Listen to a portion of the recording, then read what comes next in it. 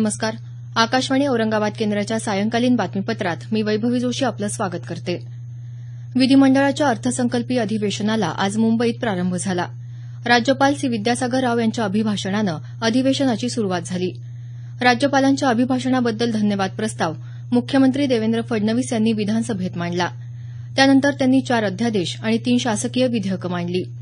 विधानसभेतल्या माजी सदस्यांच्या निधनाबद्दलचा शोकप्रस्ताव मुख्यमंत्र्यांनी मांडला. विरोधी पक्षनेते राधाकृष्ण विखे पाटील यांनी त्याला अनुमोदन दिलं.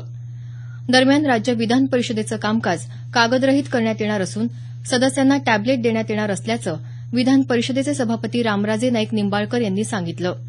या टॅबलेटच्या माध्यमातून सर्व सदस्य तारांकित प्रश्न, समितीचे अहवाल पाहू शकतील.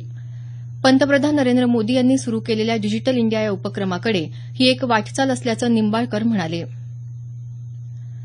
राज्याच्या सीमा भागात अवैधरित्या गर्भपात करून स्त्री भ्रूणहत्या करणाऱ्या वैद्यांचा शोध घेण्यासाठी राज्य सरकार कर्नाटक सरकारसोबत संयुक्त मोहीम राबवणार आहे. आरोग्यमंत्री दीपक सावंत यांनी पीटीआय या वृत्तसंस्थेशी बोलताना ही माहिती दिली. महाराष्ट्र कर्नाटक सीमेवर असलेल्या सांगली जिल्ह्यातल्या म्हैसाळ गावात एका रुग्णालयाच्या परिसरात 19 मृत अर्भकं सापडल्यानंतर सीमेपलीकडे अवैधरित्या गर्भपात होत असल्याचा संशय व्यक्त करण्यात येत आहे. म्हैसाळ इथं गर्भपातादरम्यान एका महिलेचा मृत्यू झाल्यानंतर त्या ठिकाणी अवैध गर्भपात होत असल्याचं समोर आलं. या प्रकरणातला आरोपी डॉक्टर फरार असून त्याला शोध पोलीस यंत्रणा घेत आहे. विमुद्रीकरणामध्ये बंदी घालण्यात आलेलं चलन भारतीय रिझर्व्ह बँक नियमानुसार जमा करून घेत नसल्याबद्दल सर्वोच्च न्यायालयानं केंद्र सरकार आणि भारतीय रिझर्व्ह बँकेला नोटीस बजावली आहे. यासंदर्भात न्यायालयात याचिका दाखल झाली असून बंद करण्यात आलेलं हे चलन 31 मार्चपर्यंत भारतीय रिझर्व्ह बँक जमा करून घेईल असं सरकारनं जाहीर केलं होतं. मात्र प्रत्यक्षात बँक हे चलन जमा करून घेत नसल्याची तक्रार या याचिकेत करण्यात आली आहे. यावर न्यायालयानं केंद्र सरकार आणि रिझर्व्ह बँकेला आपलं म्हणणं दाखल करण्यास सांगितलं आहे. या याचिकेची पुढील सुनावणी 10 मार्चला होणार आहे. महाराष्ट्र राज्य माध्यमिक आणि उच्च माध्यमिक शिक्षण मंडळाच्या वतीनं घेण्यात येणाऱ्या माध्यमिक शालांत प्रमाणपत्र 10वीच्या परीक्षेला उद्यापासून सुरुवात होत आहे.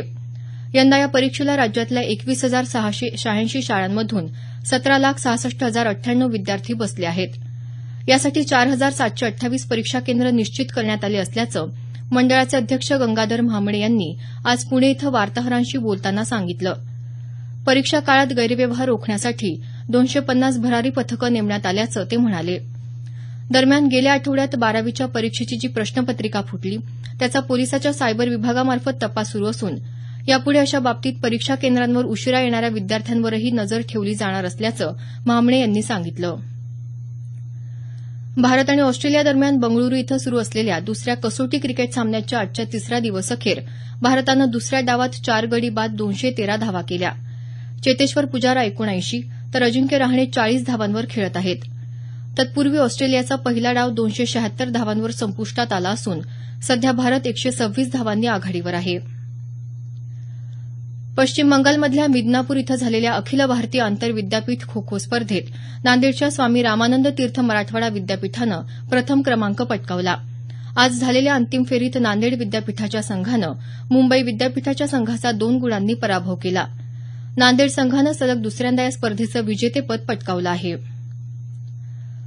संशोधनासाठी गणित हा विषय महत्वाचा असल्याचं नांदेडच्या स्वामी रामानंद तीर्थ मराठवाडा विद्यापीठाचे कुलगुरू डॉ पंडित विद्यासागर यांनी म्हटलं आहे. लातूर इथल्या दयानंद विज्ञान महाविद्यालयात आयोजित आंतरराष्ट्रीय गणित परिषदेचं उद्घाटन आज त्यांच्या हस्ते झालं त्यावेळी ते बोलत होते. 3 दिवस चालणाऱ्या या परिषदेत देश विदेशातले जवळपास 270 प्रतिनिधी सहभागी झाले आहेत.